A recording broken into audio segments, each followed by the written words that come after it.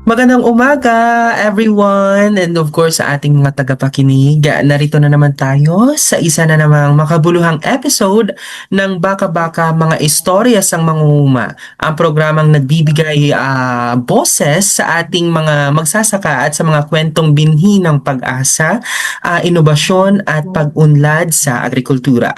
Ako po si Anjoy Salmoren and ngayong episode, pag-uusapan natin kung paano ang storytelling at pelikula ay nagiging makapangyarihan para isulong ang innovation at sustainability sa agrikultura. Kasama natin ngayon ang isang Ilonggo independent filmmaker, Cultural Center of the Philippines Gawad Alternativo awardee, Sinag Manila Best Short Film awardee, and the NetBack awardee for the recently concluded Cinemalaya 2025 na kilala sa mga pelikulang tumatalakay sa mga isyung panlipunan at higit sa lahat, Family of Farmer. Let's welcome Direk Daniel de la Cruz. Yay! Hello, maayong adlaw. Thank you so much for inviting me in this platform to talk about the filmmaking as well as our community. Of course. So, ngayong araw po, Direk, of course, we will talk about your expertise in filmmaking and as what I have researched about you, majority of your films are into, for the communities, no? Especially for the farmers, no? And before ko ito simulan ang ating programa, maraming salamat, Direk, for accepting this invitation sa ngayon para maging isa ikaw sa mga panauhin ngayong episode natin. So sa unang tanong, Direk, paano naka-impluwensya sa iyong pagiging filmmaker ang pagpapalaki sa iyo bilang apo ng isang magsasaka? Since we have talked before, no, na ang iyong lola, both lola and lolo are farmers as well as your uncles and titos. Paano yun, Direk, naka-impluwensya sa iyo as a filmmaker? Bilang isang filmmaker, I always see that my stories are very personal.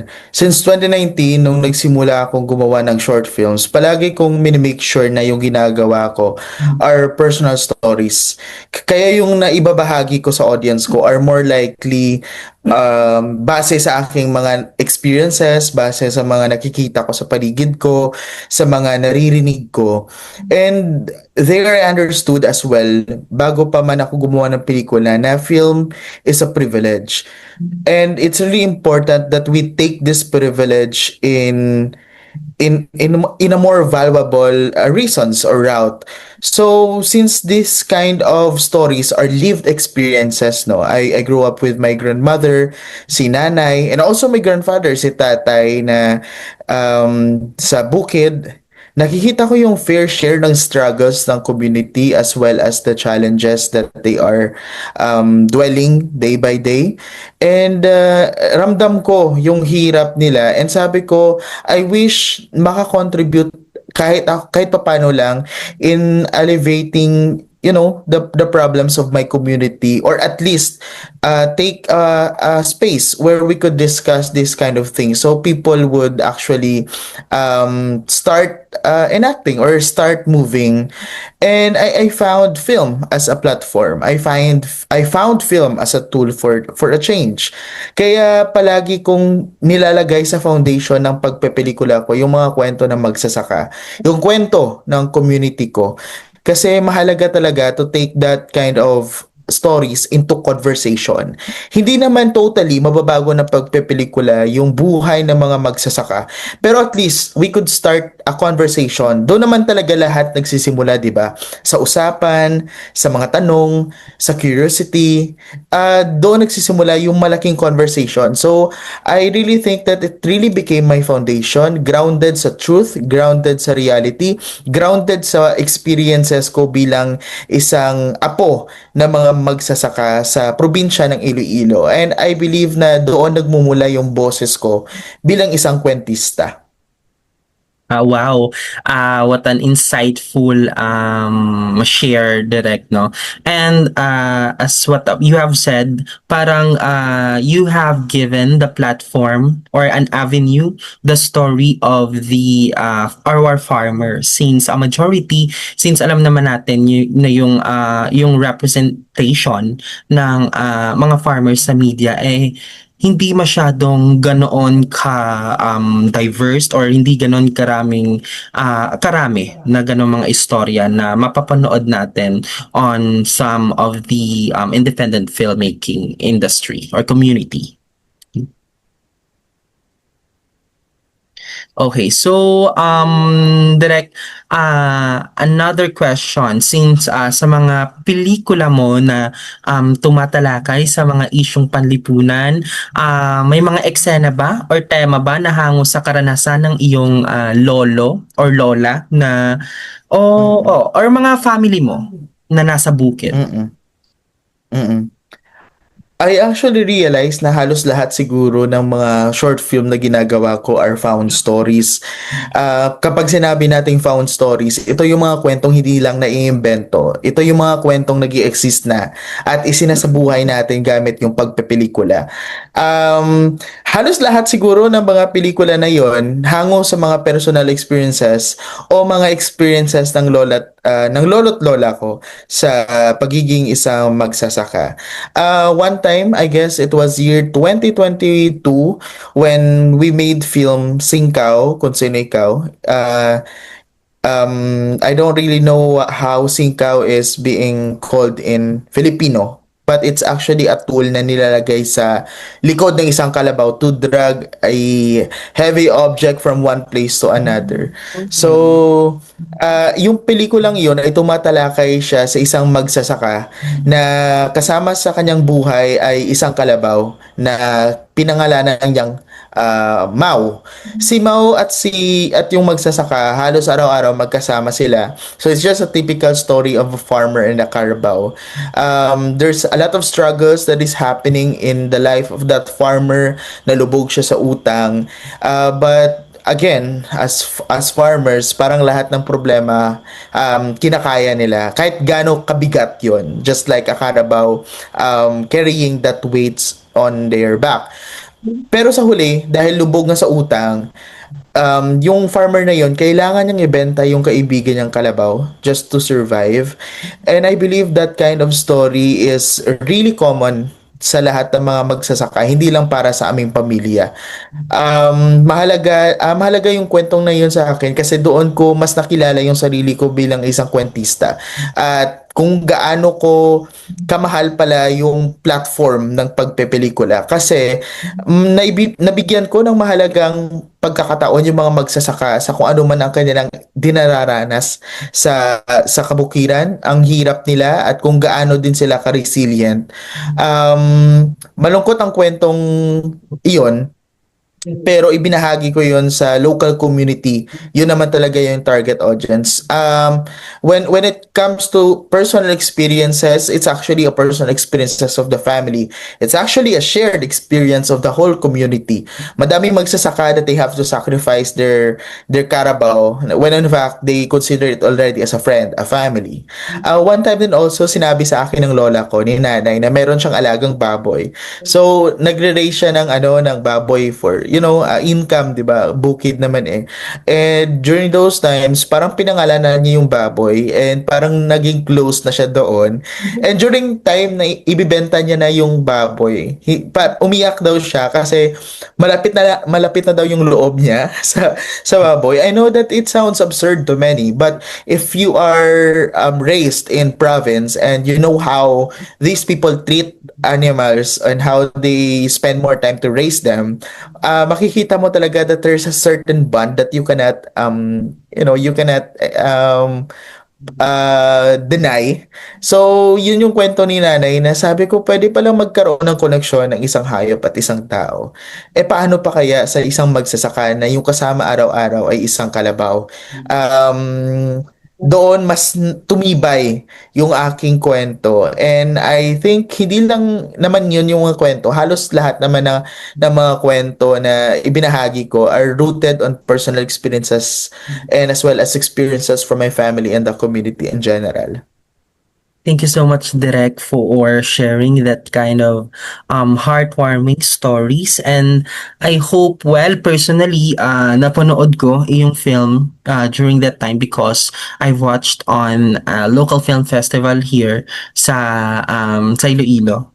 And I Yes. hope na yung mga tagapakinig natin ngayong umaga have the chance or have the privilege to watch it, no? So Direk, just another question. Paano, since you have told that it is a film, a story of their hardship and resilience, no? So, since ang baka-baka is parang well direct dyan na derive yung title natin na baka-baka. Well, 'di ba, yung baka-baka is an Hiligaynon term for hard work, no? And it Yes, hard work. somehow correlates with your concept of the film, and I love that. So, ito pa direct. And since itong show natin nito is nakatuon sa innovation and sustainability na sa agriculture, bilang isang storyteller, paano mo nakikita na ang mga sining at media ay maaaring magagamit upang maipaliwanag sa mga maraming tao, lalo na sa mga taga-lungsod, no? Or sa mga taga-city na hindi lumaki sa province, ang kahalagahan ng malinang at makabagong pagsasaka. Mm.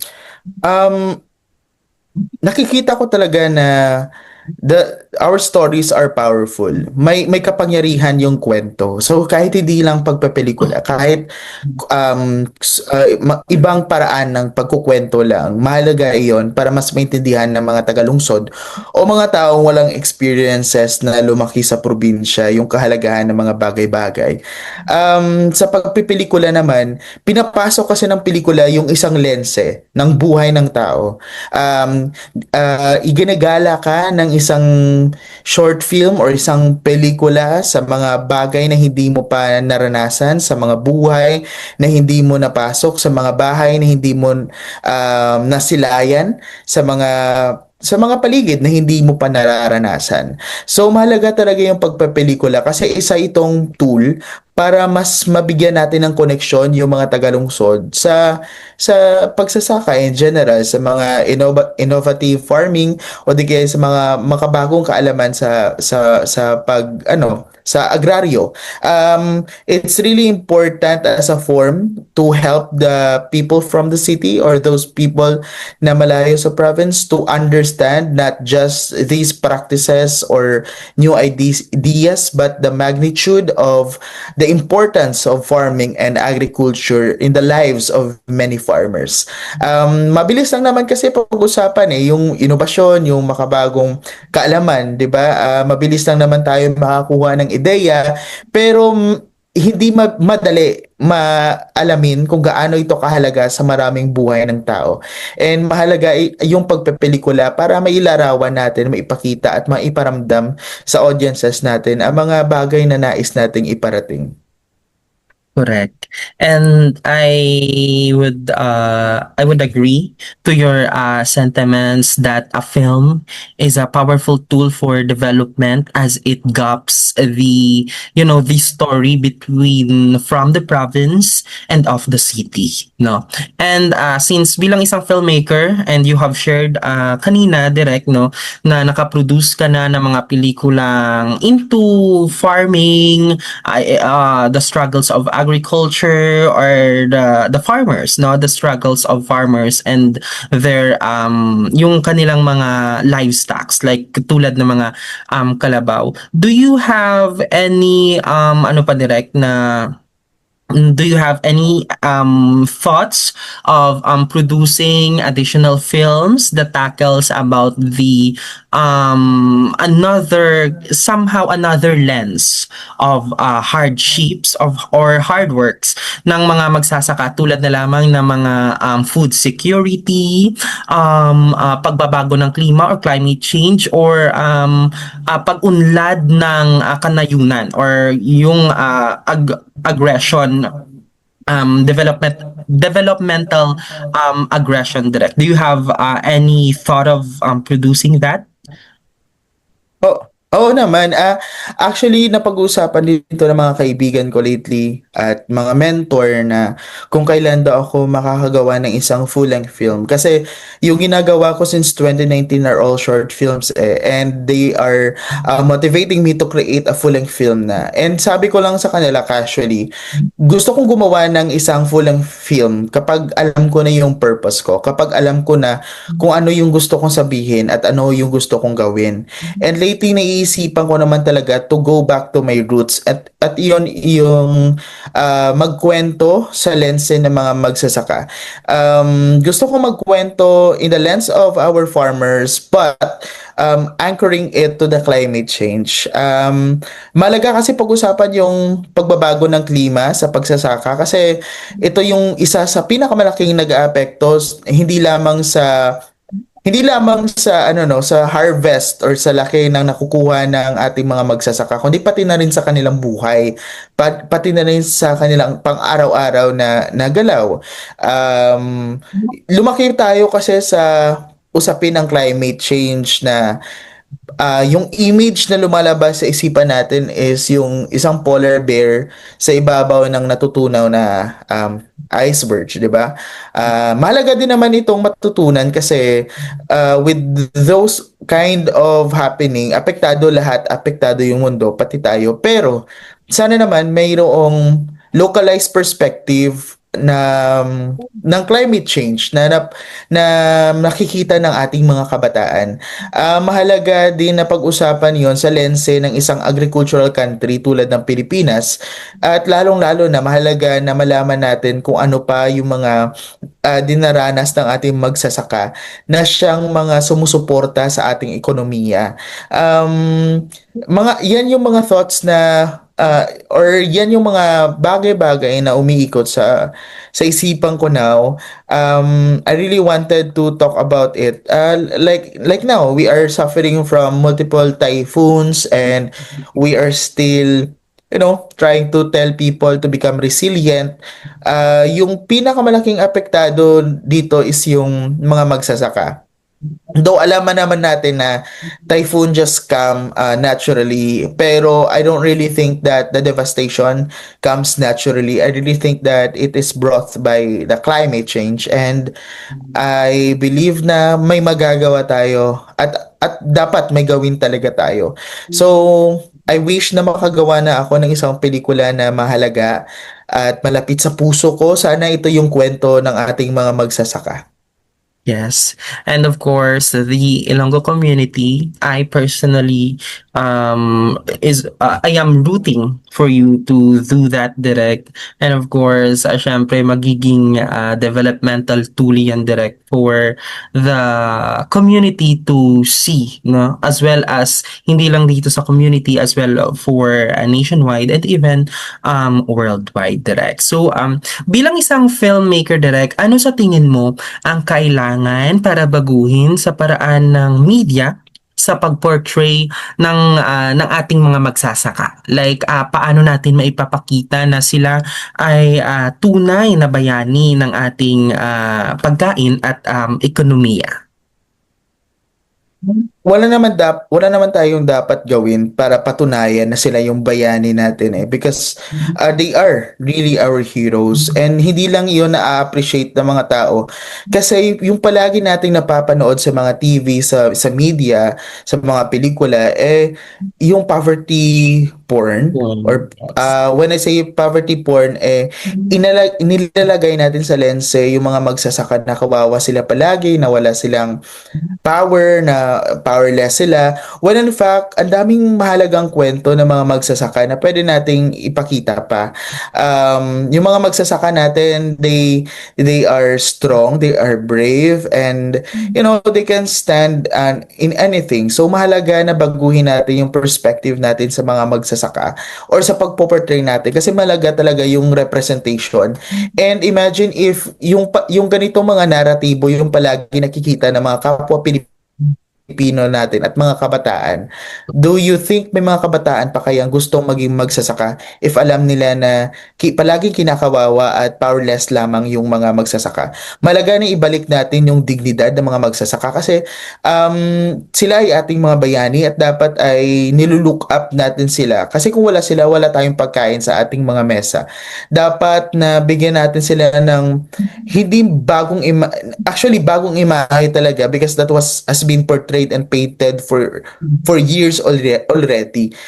But at the same time, I hope that we will not lean forward to the resiliency ng mga magsasaka natin na parang kaya naman nila yan eh. Parang ganun ba? I was really torn between those perspective kasi na baka sabihin ko na we change the representation of magsasaka and to make them look braver and stronger, baka mag-lean forward tayo into their resiliency and hindi na natin i-held accountable those people who are in power na dapat nagre-re-empower ng ating mga magsasaka. What I mean is that sana our farmers will be represented properly so that the next generation of our Filipino people will look up to our farmers and they will love as well to become a farmer. Mahalaga kasi na yung susunod na henerasyon natin, isipin natin kung ilan na lang sa kanila yung maging magsasaka. Paano kung wala na tayong magsasaka sa bansa? When in fact, sinabi ko nga, we are supposedly an agricultural country. Paano na kapag wala na tayong mga magsasaka? Hindi naman pwedeng subdivision na lang ni Villar yung yung nakatayo sa kanilang mga kabukiran. So sana na may gawin tayo kasi representation matters, especially regional representation. Correct, Direk. Since you have mentioned yung mga kabataan or yung mga youth natin, ano naman ang mensahe mo for them na gustong sumunod sa iyong yapak na nais gamitin ang pelikula or visual storytelling para ibahagi ang kwento ng mga magsasaka at buhay sa kanayunan? Sasabihin ko na rin yung sinabi ko kanina. Filmmaking is a privilege and I hope na gamitin yung privilege na yon into a more purposeful reasons. Hindi madali kasi yung pagpepelikula. It requires so much resources. It requires time. So sana i-invest natin yon into something na magbibigay ng mas malaking kahalagahan para sa ating mga magsasaka. They have also to go back to their roots kasi malaga talagang magkwento tayo ng mga bagay na personal. Palagi kong iniisip na stories that are personal are stories that are universal. So hindi naman mahalaga na dapat hanapin natin kung ano yung gusto ng mga tao. Hanapin na lang natin kung ano yung gusto nating ikwento and we will further find our audience din naman. Madami kasi yung natakot na magkwento, especially coming from the regions na baka yung mga audiences ay hindi makarelate sa kanila. Actually, someone somewhere is waiting for that story and I hope that you will start telling one. So, thank you so much, Direk, sa pagpapaunlak sa akin to be our guest this morning. So, ano yung last message mo, Direk, for our farmers listening out there sa ating show na ito? Of course, farmers and their families as well. Gusto ko lang sabihin sa lahat ng ating mga magsasaka na saludo po kami sa inyong mga ginagawa. Kayo po yung nagbibigay buhay sa ating bansa. Sana po ay huwag kayong paghinaan ng loob. Madami po yung tumitingala sa inyo. Siguro more than just the farmers, gusto ko din pong i-call out yung ating gobyerno and those who are listening na sana bigyan natin ng pansin ang ating mga magsasaka. Mahalaga kasi na mayroong sustainability sa kanilang pagsasaka. Alam ko naman na mayroon namang government efforts para sa ating magsasaka. And I'm speaking as well bilang isang apo ng mga magsasaka na may mga programa yung gobyerno natin sa pagbibigay ng lupa sa ating magsasaka. It's just a one step closer to what we are trying to aim. Sana ibaba na yung presyo ng mga pataba. Sana ibaba rin yung presyo ng mga binhi. Kasi makikita natin na sunod-sunod yung mga bagyong dumarating sa bansa. Kapag nalulugmok yung mga tanim ng mga palay, yung mga tanim ng mga magsasaka, lumulugmok yung buong komunidad ng magsasaka. So sana bigyan pansin ng gobyerno hindi lamang sa mga band-aid solution ng